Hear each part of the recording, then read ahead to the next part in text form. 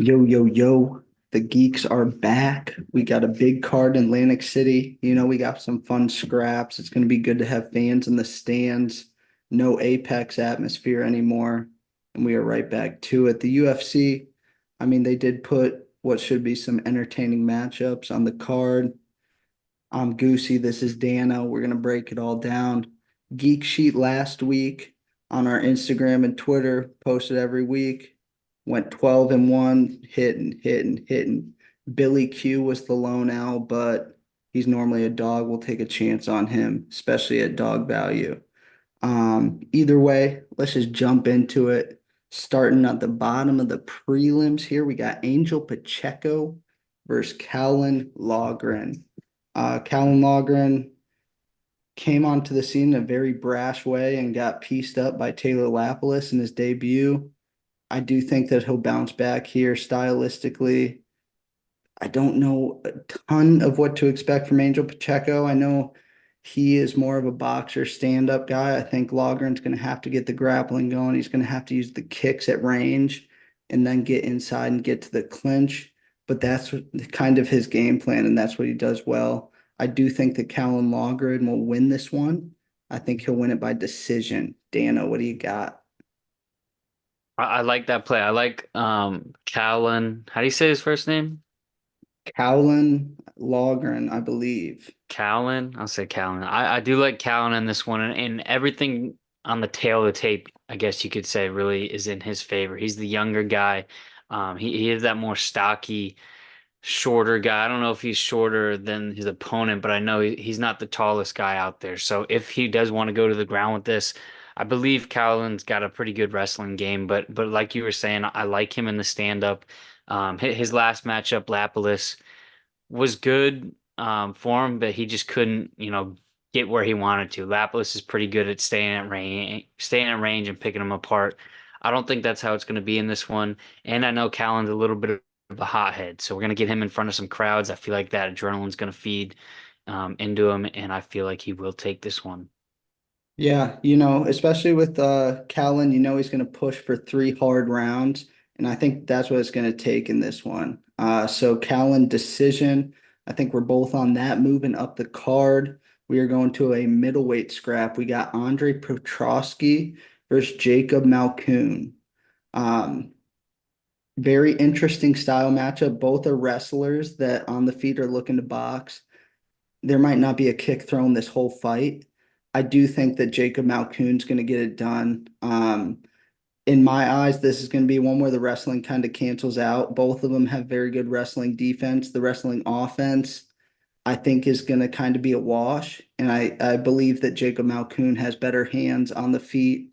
I think that he will get the stand-up exchanges. And I think that his gas tank is going to take him longer into the fight than Andre Petrosky. It's time and time again that we see Petrosky going a solid 8.5 minutes and then really tapering off at the end of round two. I think that you combine Malkoun winning stand-up positions and being able to take over and take this fight into deep waters in the end. Malkoun round three or decision. Honestly, it's kind of a coin flip for me. Petrovsky's a tough dude though, so I think Malkoun is going to win it by decision ultimately. Dano, where's your head at on this one? I hate to say it, but I think I'm with you. I'd love to pick Petrosky here, but we've seen Petrosky in the UFC for a good bit of fights now, and just that finishing potential isn't always there. You can't count on it, right? We saw him catch Maximov in a submission, but it was kind of Maximov shot in, and he just caught him in it. Whereas Petrosky is a good wrestler. I believe that's what his base is. But Malkoun is a good defensive wrestler. Like he will lay on the bottom, but like Goose said, he's got a good gas tank. And we've seen Petrosky in his last couple of fights not have the best gas tank. Him and GM3 had a war for 3 rounds. In that third round, it was very sluggish. And on the other hand, we've seen Malkoun go into the third round and him be the one pushing the pace, him be the one starting to get takedowns, get control time.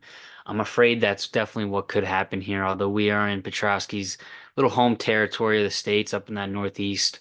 Malkoun definitely comes from a good camp. He hasn't had the best results in his last couple fights, but I'm afraid that what I'm worried about here is the gas tank of these two, and it's proven that Petrosky's not the best.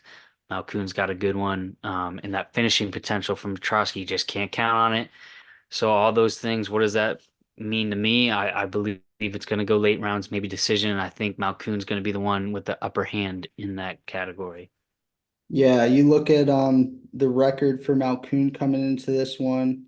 He is 1-2 in his last three, but one of the L's was a very close fight with Brendan Allen. The other one, he elbowed Brundage in the back of the head, and Brundage pulled a little bit of an Aljo, Oscar-worthy performance, and he dipped out of that octagon with a win.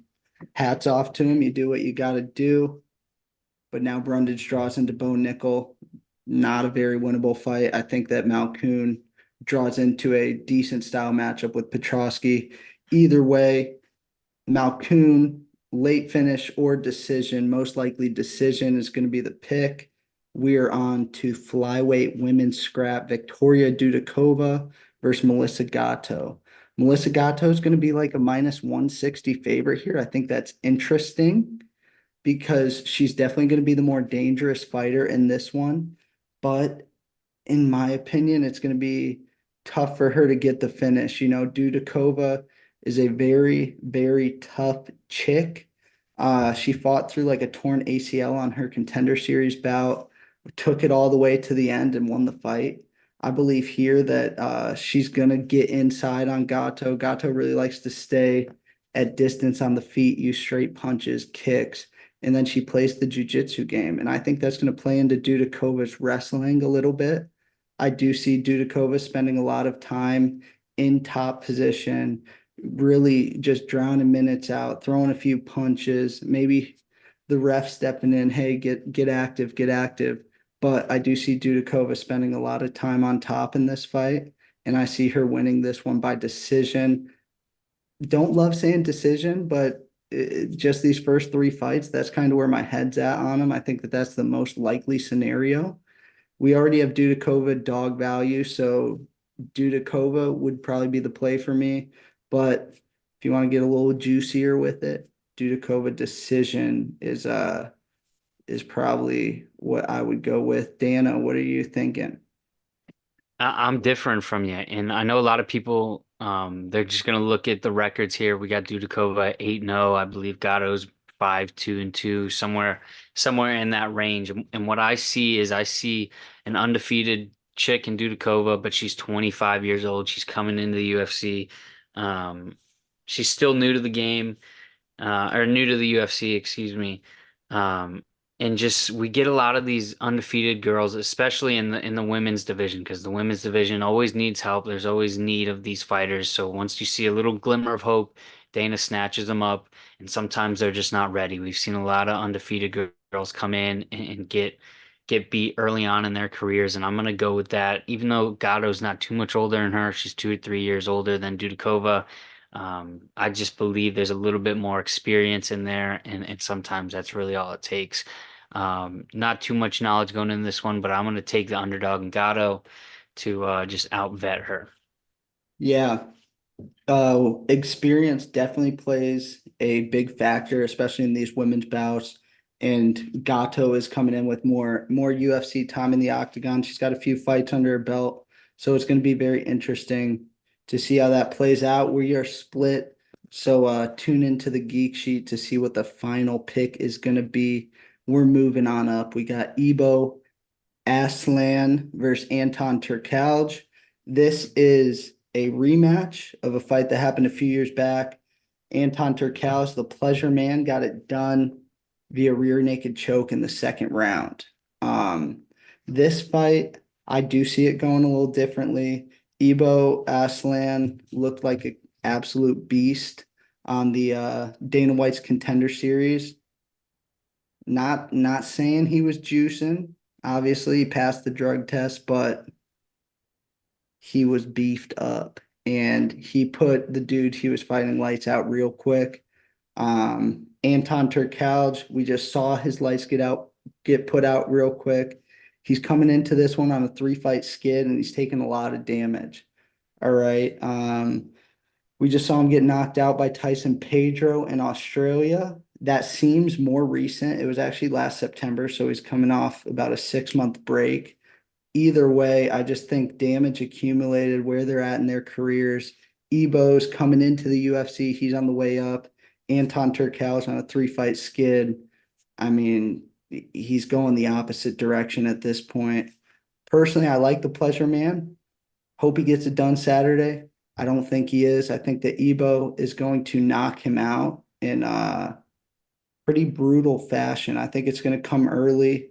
Ebo's throwing hooks.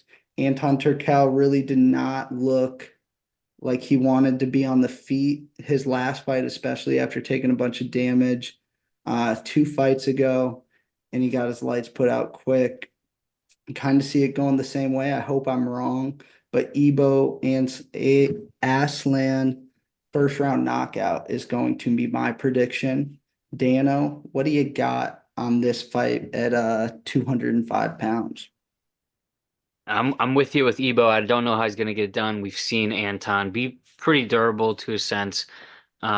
He has been in there with some big names, but I think that's where he's a little bit victim of his own success, you could say. He kind of came in to fight Gelton Almeida. They kept him around. He stepped in short notice on that. You know, if you step in short notice, they'll keep you around for a little bit. I believe that's what they're doing here with Anton. They're not doing him any favors. They're kind of just allowing him to be here since he did a favor for him. I think Ebo's going to get this one done. Like you said, contender series guy. Is this his debut in the UFC? This is his debut in the UFC. Yeah, so he's debuting off the contender series. Anton's been here, accumulated some L's, and I think that this L, unfortunately, I bet he will be cut after this. But Ebo's time, get that career started. Yep. Yep. So we're on the same page. We're going Ebo by knockout. Going up, we have a 145 pound scrap between Connor Matthews and Dennis Bazooka. Connor Matthews has fought on Contender Series twice now. He has 1-1. He lost to Francis Marshall. He won his most recent matchup. Dennis Bazooka, he also is off Contender Series, but he is on a 2 fight skid. He's fought Sean Woodson and Jamal Emmers, who is also on this card. I'm gonna pick Dennis Bazooka here. Very close line. I think he's a minus 120 favorite. I think he's going to be more used to it. The crowd is definitely going to play a factor in this. Your first fight in the UFC, the crowd, it's a huge atmosphere. I think that Bazooka is 26. He's at a good gym in Sarah Longo up there in New York. I think he's going to keep getting better. And then stylistically, they both do want to get in tight and they want to box a little bit. They want to wrestle. I think that Bazooka is going to have more power on the feet. I think that he's going to be the one stuffing takedowns, and Bazooka wants to make it a dogfight. I think that what we've seen from Connor Williams is, or Connor Matthews, is that he does get a little sloppy when he starts to get tired. Bazooka does as well, but he likes that dogfight. And 26. He's got a little bit of UFC experience, pretty even money in this one. I'm gonna take the chance on Bazooka. KO decision. I think that's gonna be tight. But tune into the Geek Sheet for the final. Just throwing a pick out here. I'm gonna go Bazooka decision. I think he goes 29-28 in what is a pretty banger fight. Dano, talk to me. First off, shout out Connor Williams. Get healthy, get back with the squad. But I'm gonna be taking Dennis Bazooka. I love the name, and what I love most about him is the camp that he's from. He's with that Sarah Longo team just up the road here for this fight card. They got a bunch of people on this card, so that gym's gonna be live. And what I love most is he's with who else is in that camp is Sterling. Whether you hate Sterling or love Sterling, I feel like Sterling's a great teammate. He's always in the gym, always helping out whoever's next on the card. So I think he's going to be primed, ready to go coming into this one. Unlike Turkalj, I believe this is a guy who hasn't had the most success, but I feel like the UFC is still backing him for some reason. I don't know why. Um, but I feel like they want Bazooka in there. He is a good prospect. He's got a lot of good tools. Just stuff hasn't gone his way in the past, but I feel like this one, like Williams, isn't too special anywhere. Like you said, lost on the Contender Series, won on the Contender Series, now he's in. I think Bazooka is going to have the adrenaline behind him. He's going to have the home crowd behind him, and I just feel like he's going to be primed and ready to go. So give me Bazooka on a good full camp to come in here and get it done. Yeah, Bazooka, he does have those two L's in the UFC, but pretty elite unranked featherweights. Sean Woodson and Jamal Emmers really are taking care of business, and he's a young guy, so hopefully he bounces back here. We're picking him, and we are moving up the card. We got Julio Arce versus Herbert Burns. I'm gonna go with Julio Arce. I think he's gonna get a finish here, and I think it's gonna be probably a end of the first round or a second round finish for Mr. Arce. Herbert Burns, he's a good fighter for about 3.5 minutes, and then the cardio just falls off a cliff. We've seen it time and time again at this point. Herbert Burns is the brother of Gilbert Burns. Um, it's to the point I don't know if it's an issue that he can really fix, because obviously, like he's got to be trying to get something going where he's trying to get better cardio, and it's really just not working out. His last two fights, he's actually lost by by TKO in the second round. On Tapology here, it says he lost from exhaustion or by exhaustion from damage to Bill Algeo in the second round. And that was in 2022. So he's taken 2 years off. He's coming back here against Julio Arce. He's making his return at 36. And I think that Julio Arce is going to keep his streak going and finish him in the second round here. So give me Arce knockout round two. Dano, how are you seeing this one? Same as you. I like Arce in the distance. Herbert Burns, not bad. If you want to pick him by sub. I believe he is a good coach. He's a really good coach. I just don't think he's the best fighter, especially at this level. Arce is no joke. He can bang. I don't know about him on the ground compared to Herbert Burns, but I just feel like Herbert Burns, if you would get him on the ground, there's not much stopping Arce from getting back up. Burns isn't the best wrestler. He's not the strongest guy. It's really just going to be if he can lock in a sub from somewhere. Whereas Arce can pretty much get you from anywhere on the feet. And if you see a takedown, don't be surprised if Arce's springing back up or doing some roll to get back up. He's a little wormy with it. But I like what you're saying, Arce inside. The same page. We're both going Arce inside the distance, and we're moving up. We got a women's scrap, 115 pounds. Lupita Godinez versus Verna Jandirola. Honestly, pretty competitive fight. I think it's going to be a close decision either way. I'm going to take Loopy in this one. I think she's got much better stand up. And I think that's where most of the fight's going to take place. Verna Jandiroba, she is going to have to get this fight on the ground. And Loopy's not going to be a fish out of water there either. If it gets down, I think she's going to get back up. And then Loopy's boxing is getting pretty crisp. We've seen her improving. I think she went to Entrim Gym in Mexico. She's over there with Irina Aldana, Alexa Grasso, and we're seeing her make strides in the game. I think grappling is going to be close in terms of skill. I think Loopy is going to have a little bit of a gap in the striking. I'm going to take Loopy by decision. Definitely, I see her winning by decision. The over on this fight, either way, over 2.5. And personally, I think it's going to be Loopy 30-27. One judge is going to give it 29-28 because Verna's going to spend some time in top control. Dano, talk to me. I'm with you. I like the over 2.5 in this one. Both these girls are pretty durable. But Loopy's got a little bit of momentum going on. She had a loss or two early on, but she's learned from it. We've seen her look good in her wins. Um, and I just feel like Verna's just not doing anything. I just feel like this is going to be Loopy's fight. She's going to be the one that's pushing her up against the fence, get some takedowns here and there, do those little rabbit punches that hopefully the judges see and they like and they give her the round. So over 2.5, and I'll ride with Loopy too. Let's go. We are on to the final prelim. We got a banger. Nate the Train in the UFC. Nate Landwehr versus Jamal Emmers. Originally, this fight was supposed to be Pat Sabatini. Pat Sabatini got an injury of about a month and a half, 2 months out. Jamal Emmers steps in, and this one should be a treat for the fans. Nate the Train always brings it. Tough stylistic matchup for him. Jamal Emmers has been cleaning dudes up. He's very crisp on the feet. He can get his own offensive wrestling going.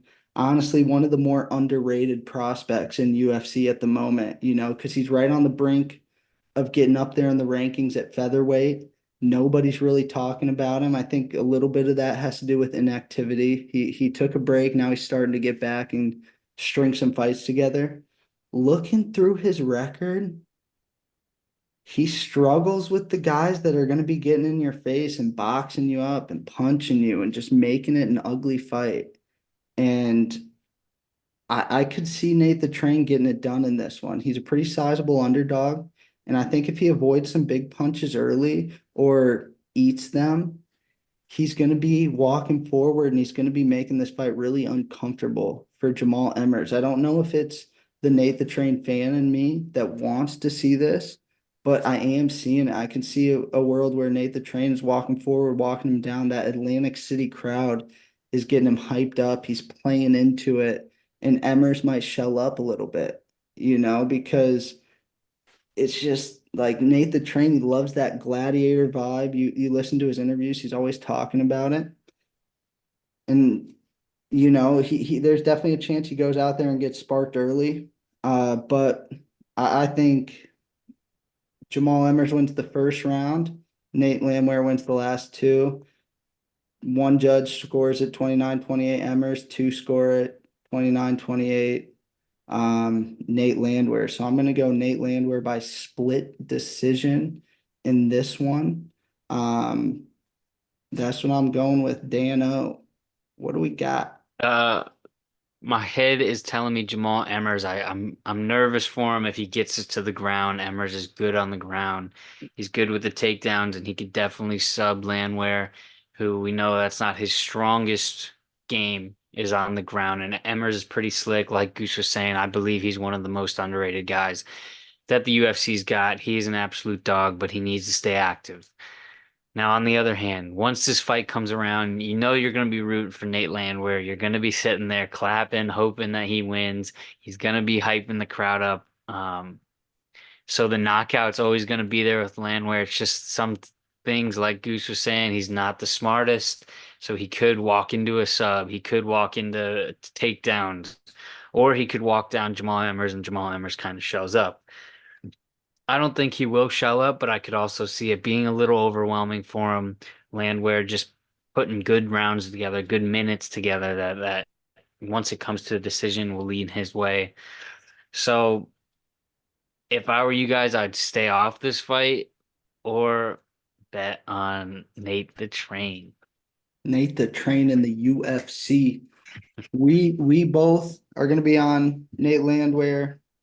The geeks are going to get in the lab and sculpt up a geek sheet. He might be the pick, he might not. So tune in Saturday. Hit us on IG, hit us on Twitter to check it out. But Dano and Goosey, we are riding with Nate the Train, and we're moving on to the main card.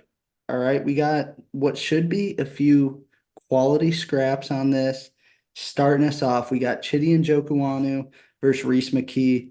This fight's taking place at 170 pounds. I think that 170 pounds is a big factor in this fight because this is going to be Chidi and Jokuanu's first fight back down at 170. He's been at middleweight. He used to fight at welterweight. He's got a few L's together. He's taken a step back. I think he's going to knock Reese McKee out. He is a very slick striker. He throws bombs and he hits you with hard shots from all angles. He's throwing knees, he's throwing elbows inside, he's throwing hard punches and kicks on the outside. And Reese McKee is there to get hit. Looking at like the line movement and everything, it's interesting. I'm seeing money come in on Reese McKee, which I was not expecting, but I do think that that is due to the fact that Chidi and Joguanu is moving down in weight. It's going to be like interesting to see how he reacts, because he is older. He probably has put weight on his frame. So I think moving down to welterweight might be tough. Um, Personally, probably stay off this one, but for the pick, I'm going to go Chidi and Joguanu knockout. Dano, talk to me. I think this is a good one to wait if you're gonna bet. This would be a good one to snipe on Friday. You look at the weigh-ins, like Goose was saying, we got Cheaty coming down. If he is having a bad weight cut, Cheaty's one of those guys where he does have 10 losses, so he can lose. And McKee's not too bad himself, but if the weight cut looks good, if Cheaty looks prime, looks ready to go. I feel like he's gonna put a whooping on Reese McKee. Reese McKee just doesn't really have anything that I'm too worried about, especially with Cheaty. Like I said, he does have 10 losses. He can lose, but he is kind of durable, right? We've seen him in a good bit of wars. We've seen him get taken down. We've seen him get back up. We've seen him be in the pocket with guys trading. And him being the older guy with a lot of experience under his belt, he's not going to be scared to go anywhere in this fight. And Reese McKee, me not believing that he's a specialist, I believe Cheaty's going to have just that vet instinct and experience to just really be able to handle wherever this fight goes. I'm gonna ride Cheaty. If he does have a good weight cut, he does have a lot of power in those hands. I believe it's only gonna make him faster. So if he wants to stand in the pocket, those fists are gonna be flying. So give me Cheaty. Yeah, Dano mentioned wait and see on the weight cut. This is also a spot that you could wait and see in the fight if you wanted to bet Reese McKee. He's probably going to lose the first round. If it gets to the second round, I think that there is a good chance that he really starts to take over. He's the more durable, better cardio fighter. Chitty is the kind of a first round fighter. So if this one does hit the second bell, that Reese McKee live bet line might be looking juicy. Either way, we're taking Chitty inside. We think that he is going to get it done, but just something to think about. We're moving on up. We got a featherweight scrap. We got Bill Algeo, Senor Perfecto versus Kyle Nelson. Interesting. They're both kind of in the same spot. I personally I like Bill Algeo's resume. He's been fighting dogs. He doesn't really get knocked out, and he fights hard for 3 rounds. He's hitting you with a lot of weird stuff, elbows. Kyle Nelson, he's got his bread and butter. He throws those 1-2s, he throws hard leg kicks, and he gets you up in the clinch on the fence. He doesn't really use the wrestling on the ground that much. Um, I just think Bill Algeo is a tough puzzle to solve. Kyle Nelson has been fading in fights. He comes out, he's good for a round and a half. I think you got to have 3 rounds hard against Bill Algeo. He's a very dangerous dude. He can snatch up a sub, he can get a knockout. Bill Algeo, round three seems decent. I think round two or three finish. Most likely, though, he is probably going to win by decision. So that's what I'm gonna go with. I'm gonna go Bill Algeo decision in this one. Um, could be a parlay piece. I like the matchup. I think that he's just gonna have a little bit more to bring to the fight. Kyle Nelson's a dog, but a little bit basic. So give me Senor Perfecto in this one. Dano, where's your head at? This fight to me is kind of like the same fight as we just talked about. Kyle Nelson being Reese McKee. He's good. He's got some wins. He's got some losses. He's really not a specialist anywhere. He doesn't scare me anywhere in the Bill Algeo point of view. Bill Algeo, on the other hand, he's got some losses. He can lose. We've seen him be finished, but he's got a lot of power. He puts guys away, and he's just one of those guys where he's totally game. He's going to show up, especially in this big crowd. He can finish. Kyle Nelson. It's just Kyle Nelson really doesn't have much for us, and we know what Algeo has. So give me Bill Algeo. I don't know about inside, but just give me Bill. Going Senor Perfecto, and we're moving up middleweight scrap. Nursultan Ruzaboev versus Enriquez Dumas. Give me the dog and Cedrica's Dumas in this one. I think you look at it, Nursultan Ruzaboev impressed people. He got a quick knockout in his UFC debut. He's got a good record, 33, 8, and 2. That's a lot of fights.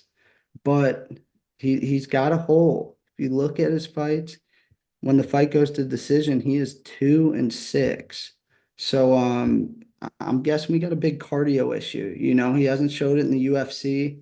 Cedrica's Dumas, he's getting better. He's a guy that got into MMA late, and he's tough as hell. And I think that that's a good combo in this fight. He's got length too. So Ruzabov isn't going to have a huge reach advantage. Dumas probably loses round one. I see him winning a decision here. I think that's an unpopular pick. A lot of people are going with Ruzaboev, but Dumas, decent underdog. I'm gonna ride with him.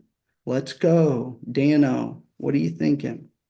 I love it. I'm gonna ride with SD as well. You look at Ruzaboev, he's a big dude. He's 6'4", 6'5", 185, Uzbekistan guy, so you know he's gonna be a wrestler. But then you got SD who's 6'2", 6'3". He does have the reach advantage in this fight, but he's like a boxer, kickboxer, somewhere in there. He's not a wrestler. So you would think he'd be a little more lean, a little more like thin throughout the legs or maybe the arms. But SD's a thick dude. We saw him in that fight with was it Cody Brundage where he was getting out wrestled, but he was holding his own. He wasn't really getting put in too bad of positions. So I think if he can do that, stuff a couple takedowns, he's got the hands. He could mess up Ruzabov. And this is going to be two big ass dudes in there going at it. Like Goose was saying, the gas tank isn't too good on the other side, so I'm going to ride with SD to put his hands on him. Both going Dumas. Dog value might be unpopular, but that's what we're rocking with. And we're going up middleweight scrap. Bruno Silva, Chris Weidman. I think Bruno Silva gets it done by knockout. Chris Weidman's definitely got a shot. Bruno Silva has shown a weakness in the grappling, but the weakness comes to like guys like GM3 that can really get you down and hold you there. Weidman, recently, he hasn't been taking guys down as much, and when he has gotten them down, they've been getting back up. Um, you could definitely throw like a Weidman sub ticket out there. Probably going to have good value on that, but personally, I do think that Bruno Silva is going to get it done by TKO. Weidman's chin, I think it's still going to be there, but he's going to eat some shots, and I think he's going to get dropped, and Silva's going to jump on him when the ref has to stop it. So give me Silva TKO in this one. Dana, what are you thinking on this fight? I'm riding with the All-American. I'm going to take Chris Weidman in this one. Bruno Silva, he's a solidified dude. And what I mean by that is not ever when you think of dude, you might think of top five, he's top 10. There's going to be some guys who are just solid, unranked guys in their division. Not everyone's a ranked fighter. And Silva's kind of proven that he's just, unranked, but he's still pretty good. He can win, he can lose. I believe Weidman is a ranked guy. I believe the skills are still there. I think he just got caught off guard with Tavares. He had an interview with Ariel, and he was saying even the coaches, Ray Longo, was going like, "Hey, Chris, I don't think he's much of a leg kicker, so we're gonna be all right. Get in there." Little do we know, Tavares comes in and kicks the legs out from under Weidman. I feel like he's gonna be a lot more locked in this fight. I believe he's gonna strike with Bruno, which will open up the wrestling. I like a decision, Chris Weidman. Very interesting on that. But like I said, definitely a live dog in this one. We're split. Tune into the sheet for the final pick, and we're moving up to the co-main event. We got Vicente Luque versus Joaquin Buckley. Luque's defending his spot. Buckley's trying to climb up the ranks and take it. Luque's taking a ton of damage. Buckley hits very hard. Luque's probably a little bit more skilled. I'm gonna go with Buckley hitting him with a shot. Luque, 2 fights ago, he fought Jeff Neal and had some very serious injuries. I know he had like a brain bleed, and that was like a big talking point going into his fight against RDA. RDA doesn't really have that pop that's going to put your lights out. I think that Joaquin Buckley is going to hit him with some shots, and it's just going to make him second guess a little bit. And I do think that Buckley gets a KO in this one, to be honest with you. Kind of hope I'm wrong in that my gut feeling is a little bit off, but I'm going to take Buckley by knockout in this fight. Luke, I just feel like the damage is adding up for me. He is still skilled, he is still a dog, but Buckley kind of hits like a truck. And he's been putting good fights together. We see him getting better. We see the cardio getting better. And I think in a 3 round fight, he's going to be able to be a little bit more explosive, all that good stuff. So I'm going to take Buckley here. Dano.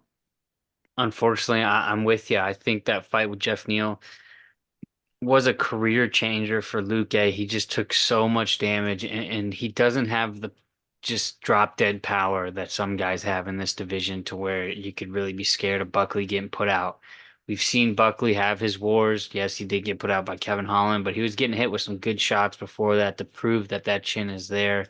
Buckley looked real good in his 170 debut, and this is kind of just like I'm too scared to pick Luke. It just doesn't feel right. I just don't can't trust him after that much damage. And plus he's not a guy who's gonna just put you out cold. So it's not like, at least he has that in his back pocket. I feel like Buckley's whenever you're gonna fight Luque and whenever you pick to fight Luque throughout his career, I feel like now is the best time to fight Luque, especially with the circumstance, Buckley coming up. Luque kind of on the decline, unfortunately. Give me Buckley. Yeah, gonna be a banger scrap regardless. But we are on to the main event. We got Aaron Blanchfield, we got Manon Fiorot, and we got 2 minutes to get it in here.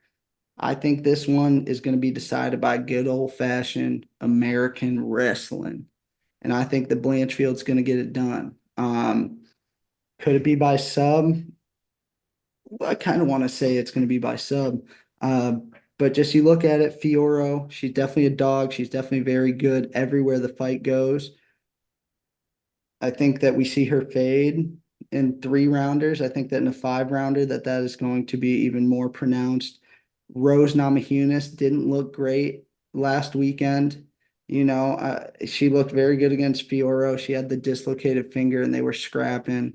And then Rose was starting to win the later ends of that fight. I think that Blanchfield has shown good cardio. She's shown that she can hold her own on the feet and that her wrestling is going to be on another level. Another thing, I mean, we see it with Cyril Gahn. Like it's not everyone, but the French and Europeans, kind of in general, have not been as great at wrestling. It's more of a